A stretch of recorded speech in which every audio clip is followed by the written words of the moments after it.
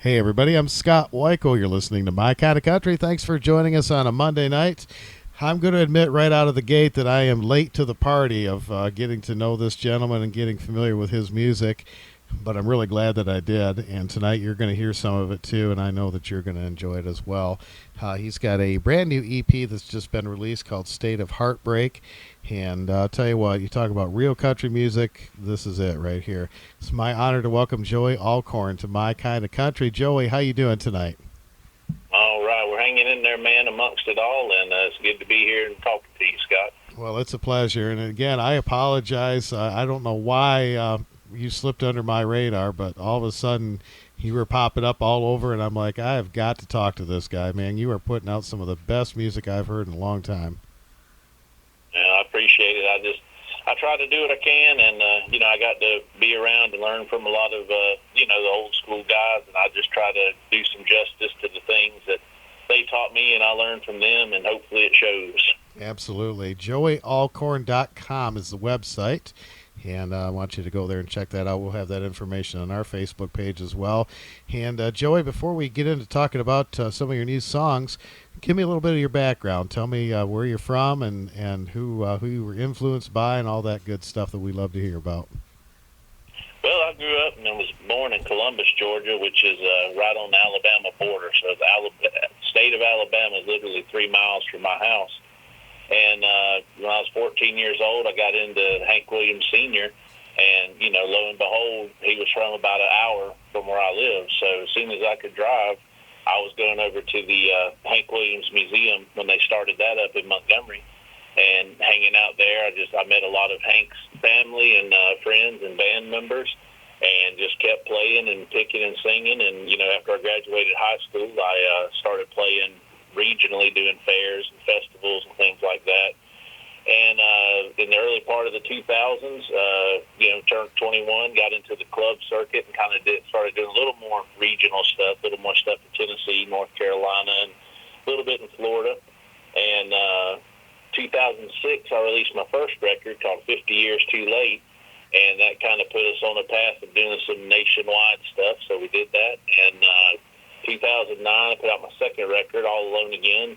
Then the economy crashed, and gas got where it was so expensive you couldn't afford to tour no more. Yeah. And so kind of stayed close to home again for the next couple of years, and then just got burned out by all of it, and went and got me a day job. And so I've never done that. Let me try to see how the other half lives, as they say.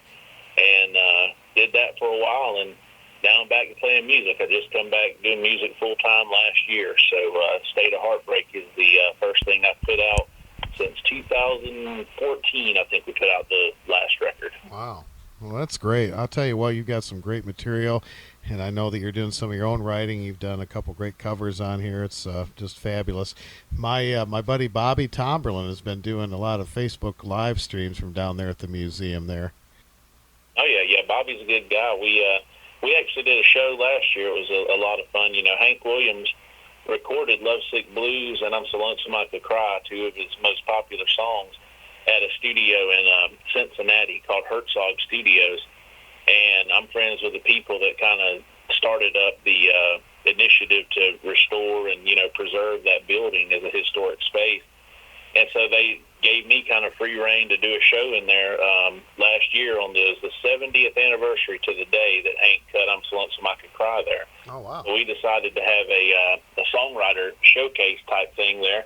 And I had 7 of my good friends, including Bobby, come to that. And we got to play in the same room that Hank cut that classic song 70 years to the day and pay tribute to him as a songwriter. And we had the Hank Museum come up and bring some of Hank's belongings and things, and had a sellout crowd. And it was a fun show. It was one of the highlights of last year for all of us, I think. Oh, that is cool. Wow. There's some history right there. I love things like that. And I understand you're working on an album, but you're kind of releasing some songs as like an EP to start with, right?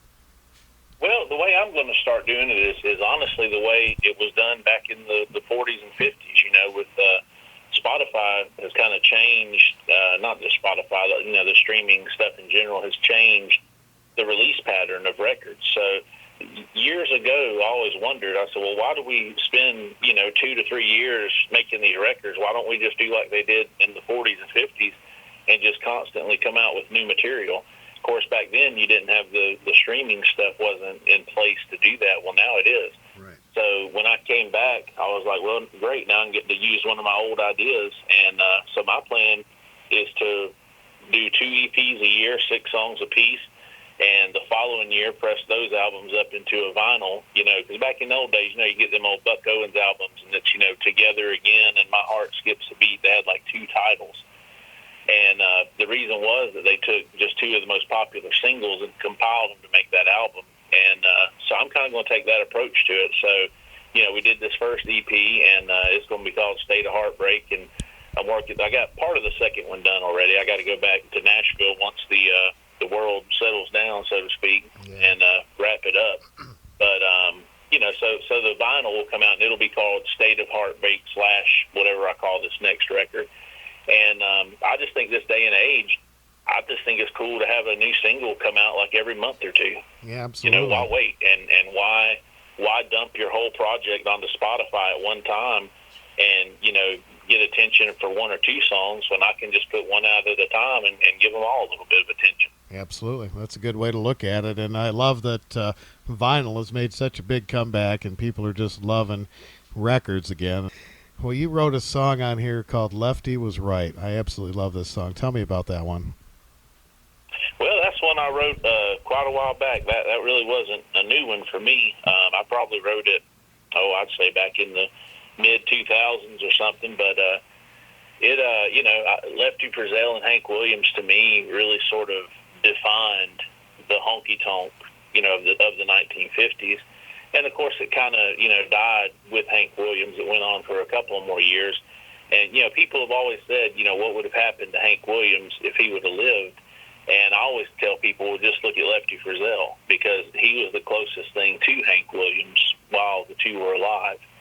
And so, his impact in country music is right up there with people like Ernest Tubb and Jimmy Rogers. I mean, you can hear Lefty Frizzell in everybody from, Merle Haggard, Keith Whitley, all these people through the years. His influence was so strong. And I just thought, I wrote a couple of songs about Hank Williams. I said, well, hell, I ought to write one about Lefty. So I thought that was kind of a good idea. And, when you're brokenhearted and sad and you listen to some of them songs, you say, well, damn, Lefty was right. He knew what he was talking about after all. Amen. And so I just kind of took that line there and just kind of made a little love song around it. And it turned out pretty cool. And we got Eddie Dunlap, a friend of mine in Nashville, playing I think it's a 1941 Rickenbacker lap steel on that. So, he's got the real good, the old-fashioned tones and everything. And, it's all period, authentic music, so to speak.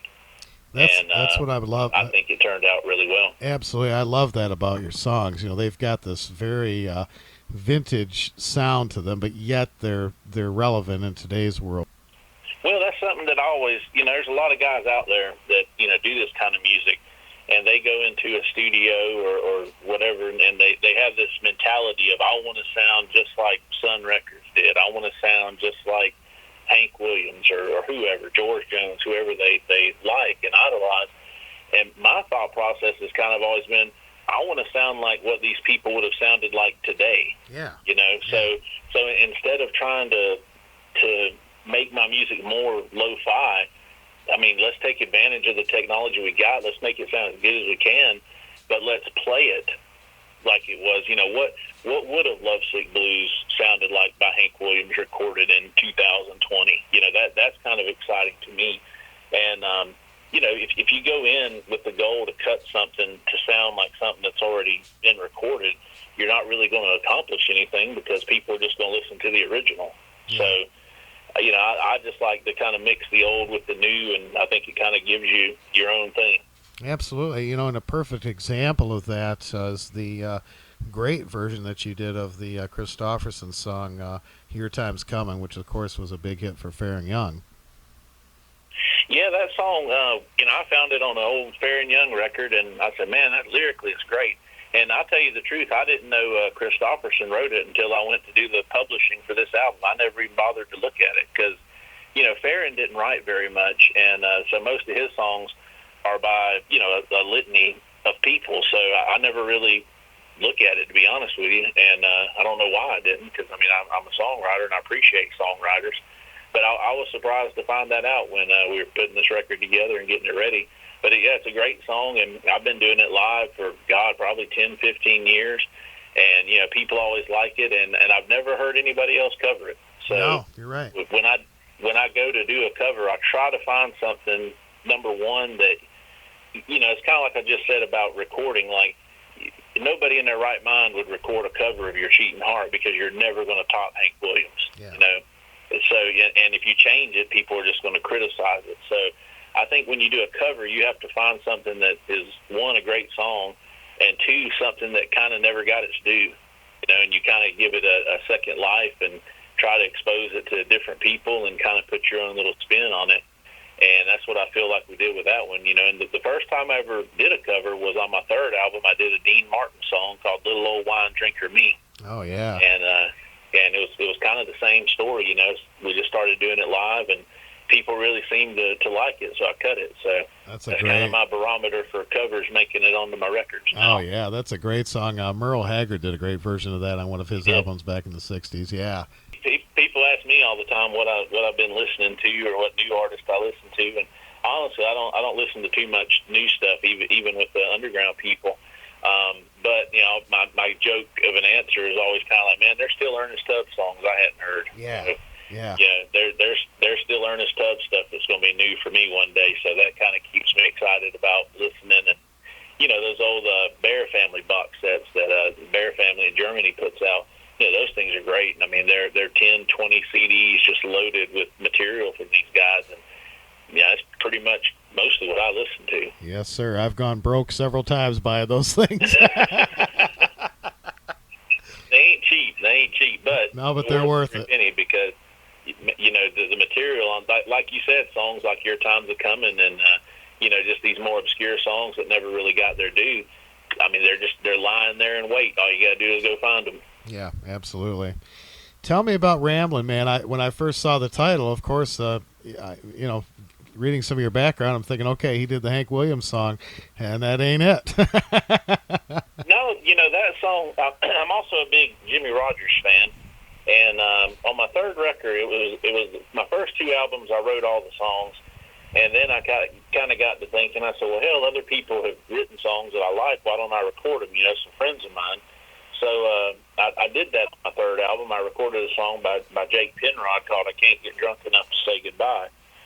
And I also did, like I said, Little Old Wine Drinker Me. That was the first time I had ever recorded a cover song. And so with my new format doing these EPs, I said, okay, so I think what I'm going to do is I'm going to write three. I'm going to do one that was written by like a friend of mine, and I want to do two covers. So that's kind of my formula for now. It may change in the future.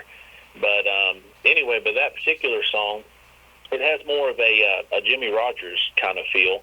And a friend of mine here in Columbus, Georgia, he actually lives across the Chattahoochee in Phoenix City.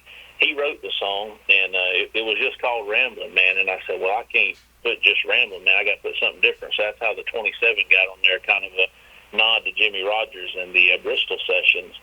But yeah, it's just sort of a old Jimmy Rogers type song, and we kind of tried to cut it in the style of Merle Haggard when he did the Same Train, Different Time tribute album to Jimmy Rogers. So kind of went for that sound, but lyrically it's sort of a Jimmy Rogers thing, and I rewrote a couple of the lines and everything to kind of give it a little bit of a story to it. But yeah, that's one just written by a local buddy here of mine named Rick Edwards, who's been a friend of mine since I first started playing. So I figured I'd do him the honor of cutting one of his songs and maybe get him some airplay and make him 25 cents from Spotify if I can. Oh, it's a great song, man. I like it. And tell me about State of Heartbreak is your current single, and then Same Old Blues. Tell me about those. Oh, State of Heartbreak was one that I wrote around the time I was recording the third album. And when I was working on the album, I was kind of burned out at the time, and I knew that I was probably going to take a break from doing music for a while. And I had that song, and I said, it's a damn shame no one will ever hear this because I really like this song. I think it would be a good one. And so for the 4 or 5 years I was out of the business, that song was still in my head, and I kept regretting that I never recorded it. So I thought, well, if I don't do anything else, I'll at least record that song and do something with it. So that one's been bouncing around in my head for 5 or 6 years now, and we finally got to cut it, and it turned out great. The version on the album is actually an alternate version. First take we did of it sounded like really like a Buck Owens kind of thing, and anyway, we ended up losing the masters for that one, so we had to recut it. But I think the new one's better. I'll do something with that other one at some point, because it's got a real big time Bakersfield thing, and it worked for the song. But I think the cut that we got is a lot more. It made its own statement instead of leaning on Buck a little bit. Yeah. And Same Old Blues, same thing. That's another old one that I've had in my pocket for many, many years, and I just thought it was kind of just one of them old school 50s country sounding things, and we had Eddie play like a good Don Helms type steel on it, and that's the latest single. That's the one I put out about a month ago now, and it's doing really well. It's actually doing better than State of Heartbreak, which surprised me, but that ain't the first time I've been wrong about what song somebody like. That happens, yeah. Well, the song on here, Where Did You Sleep Last Night, Leadbelly recorded this originally, and I'm not overly familiar with Nirvana, but I understand that they did a cover version of this song, too. Yeah, and that's where it come on my radar. It was on the MTV Unplugged Nirvana record, and it's one of those songs that everybody knows. If you're young or old, people, Bill Monroe recorded it, the Louvin brothers recorded it. So, it's kind of got a bluegrass history.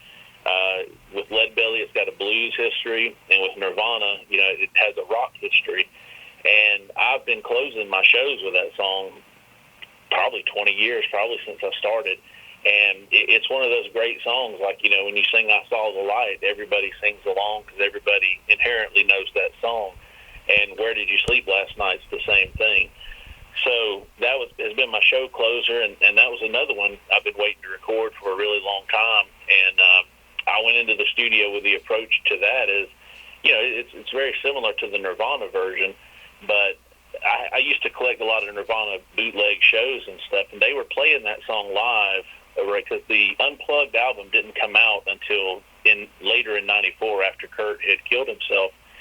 And so there were these live versions they were doing that nobody knew what it was. They didn't connect the song with Kurt Cobain and Nirvana in late 1993 and early '94.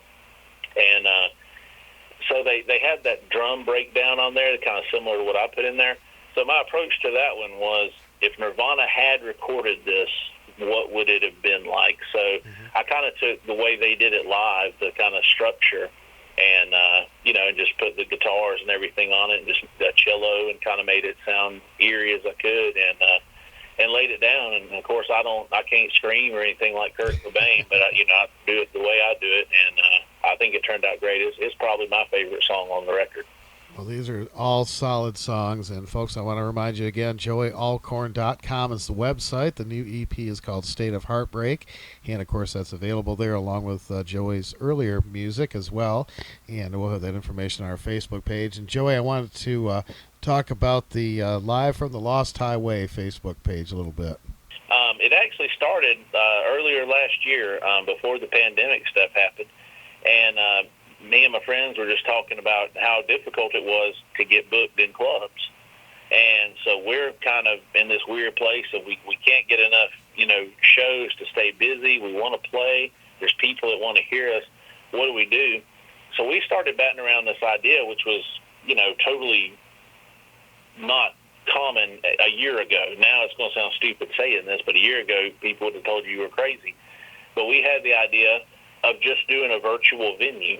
And we said, well, we ought to start a Facebook page and name it something and have shows there. And you can open for people, and people can be on the show, and the others, however it works out. But you can play shows with people virtually that you've never got to play with, that you're friends with. And so we were kind of knocking that around for a while, and we just weren't really sure if people would be receptive to it. If anybody would even want to do it. Would people want to sit there and watch you just playing guitar live on the live stream on Facebook or YouTube? So when the COVID thing happened, I called my buddies and I said, well, I guess we might as well, put that into high gear and launch that. And even though we hadn't really fleshed out the idea completely. So I had been doing a bunch of research on Hank Williams, his time in Montgomery when he was playing on WSFA radio. And I was going through looking at all the old schedules where he was playing. And I was just kind of amazed that back then the radio was broken up into 15-minute shows all day long from 5 or 6 in the morning till 8 or 10 at night. And so every 15 minutes, these people were coming on, talking, singing, comedy, all kinds of stuff. And so I said, well, let's instead of doing it like a venue, let's treat it like a radio station. So I reached out to some friends of mine, like the aforementioned Jake Penrod, W.D. Miller, Jason James, these people. I said, hey, y'all want to try to do this virtual radio station kind of thing? And everybody was really into it. So we put it out there and launched it, and it did pretty well. And we're kind of, we're making it up as we go. I mean, there's no playbook for doing music in that medium, so we're just kind of seeing what works and what doesn't. But the response has been great, and we have a lot of people from Australia and Europe and all kinds of different places that watch. And the cool thing I like about it is there's a lot of people out there that their health, their financial situation, or whatnot keeps them from coming to shows. So that's really their only way to see you. Right. And and we've met a lot of people digitally online that that's their case, and they said they never would have gotten to see me live if it wasn't for doing these shows. So we just launched it. We called it Live from the Lost Highway because we kind of lost the highway when the COVID started. So that's our virtual venue/radio station. Well, we're going to put that information on our Facebook page, too. It's a lot of fun. I've been watching quite a few of them. And, like Jason James a lot, as we talked about before. And, the nice thing about doing those, too, it's a very personal thing. And people can get on there and actually talk to the artist. Well, that's part of it. And, that's kind of like I said, mixing the old with the new. That's kind of the new part, being able to interact and real time. Take requests and talk to people and see folks. The old part of it goes back to me studying Hank Williams, and I guess, everybody knows that Hank did these radio shows and all these country artists in the 40s and 50s, but you really fail to understand, I guess, unless you just look at it and understand how much he was on the radio. He would do 2 or 3 shows a day, 2 or 3 of these 15-minute slots, and you have to think it was probably just 2 songs. 2 or 3 songs and some talking. But that was really how Hank Williams made his name, was radio, because back then those guys didn't play bars. The live thing wasn't like it is now. They played a lot of school dances, auditoriums. They played USO clubs. Just these kind of gigs we don't have nowadays. There really aren't gigs like that anymore. And so Hank Williams was known and loved by all those people in Alabama and Shreveport when he went down there to play the hayride because of his radio stuff, and he was on there all the time. Mm-hmm. So you take that and you mix it with the internet where you have a global reach. For years I said I really wished I'd lived in the 40s and 50s and could have had a radio show like Hank Williams. And then one day it hit me, hell, I can. It's called YouTube. Yeah.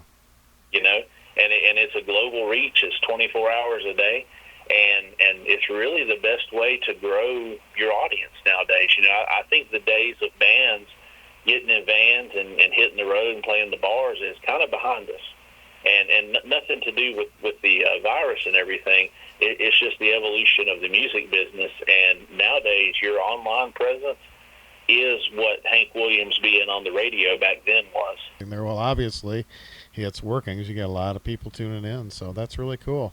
And Joey, I hope you'll come back sometime, man. I really enjoyed visiting with you, and I'm looking forward to hearing more music from you. Oh, anytime. Just give me a call. You got my phone number now. I can't hide from you. All right. Well, I appreciate your time. Here's some great music from Joey Allcorn as we continue with My Kind of Country. Joey, thanks again. All right. I'm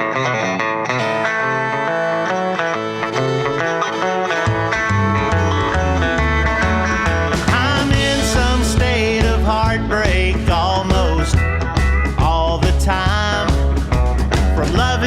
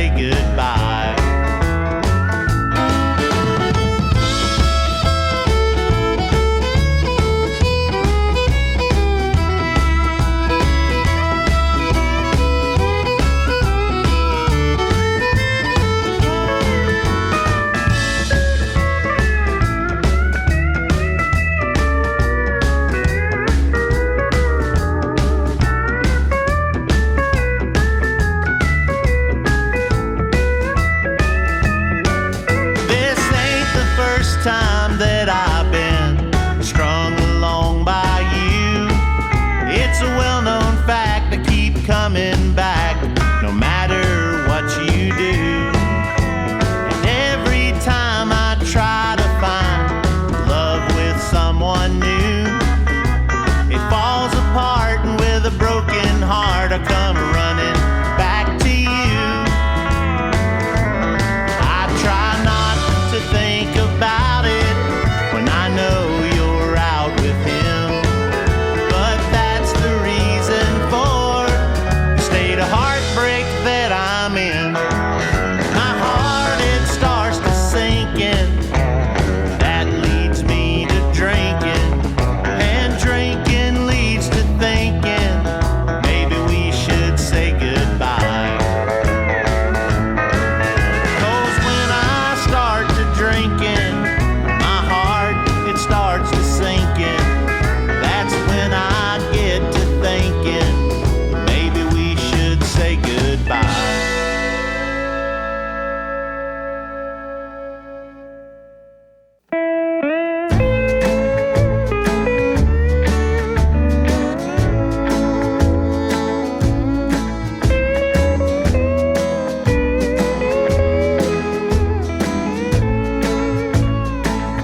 I'm making believe that you still love me as I sit alone where we met that night. The jukebox is playing songs I don't want to hear.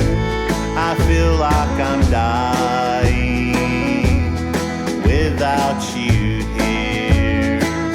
I wanna be with you always, always breaks my heart. It's so hard to listen now that we're apart. And the longer I sit here drinking tonight, the more that I realize Lefty was right.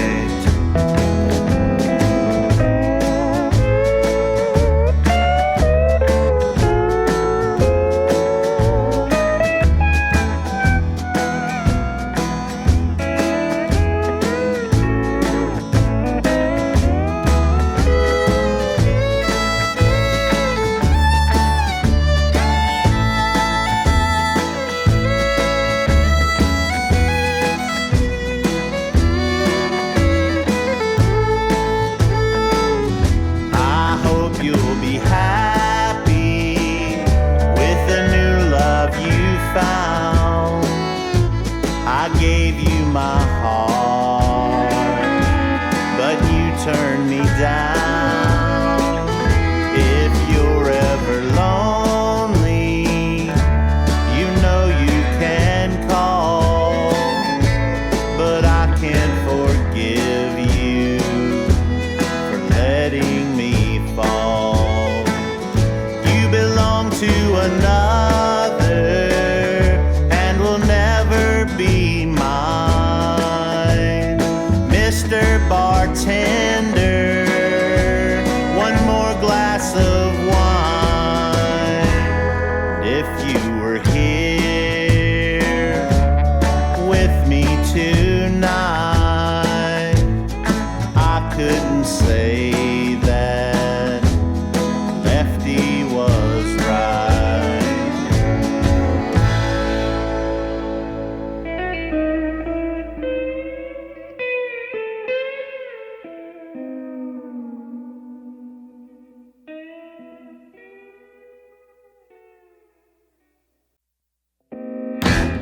Same old blues, walking round my bedroom. Why don't you leave me alone so I can sleep? You know I am sad and downhearted, with the same old blues and the same old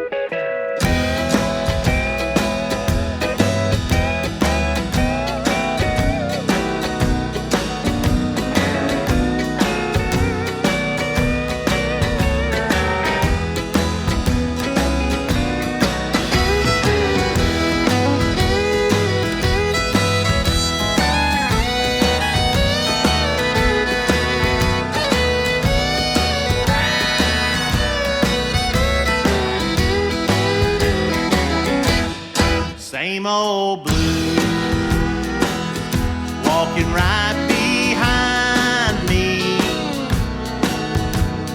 Everywhere I go, they'll be there too. Help remind me of the misery and the things that I went through when I lost you. In a sea of heartbreak, I'd be drowning if I was singing happy songs. I'd be sounding awfully sad, 'cause these blues won't let me forget you. They keep on hanging around to drag me down. It's the same old blues that put Hank in the ground.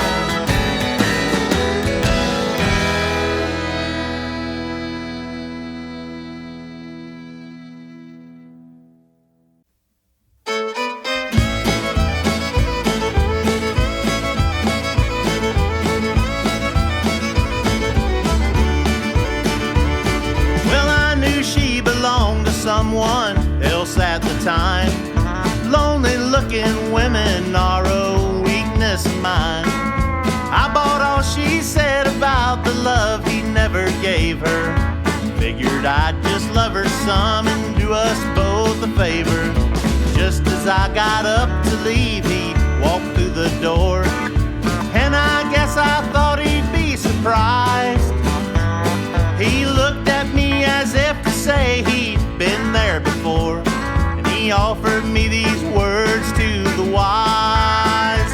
He said, "You know she's a cheater's son, and you believe that you're the one who's got a lot of what it takes to change her.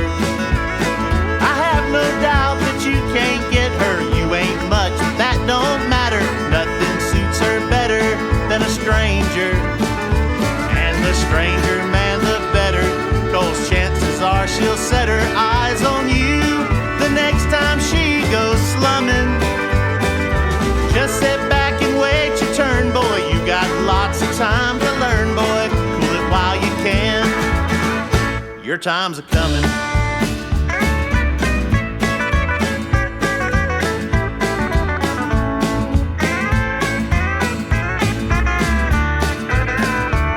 Well, it happens that in time it happened just like he said, and soon enough her shoes were sitting under my bed. I'll confess I did my best to prove that man a lie. Nothing short of suicide would keep her satisfied. Losing her to you is just a matter of time. It's her time to find something new. Nothing I can say is gonna make you change your mind, so I'll just give the same advice to you. You know she's a cheater's son, and you believe that you're the one who's got a lot of what it takes to change her. I have no doubt that you can't get her. You ain't much, but that don't matter. Nothing suits her better than a stranger. And the stranger, man, the better, 'cause chances are she'll set her eyes on you the next time she goes slumming. Just sit back and wait your turn, boy. You got lots of time to learn, boy. Cool it while you can. Your time's a-coming. I said cool it while you can. Your time's a-coming.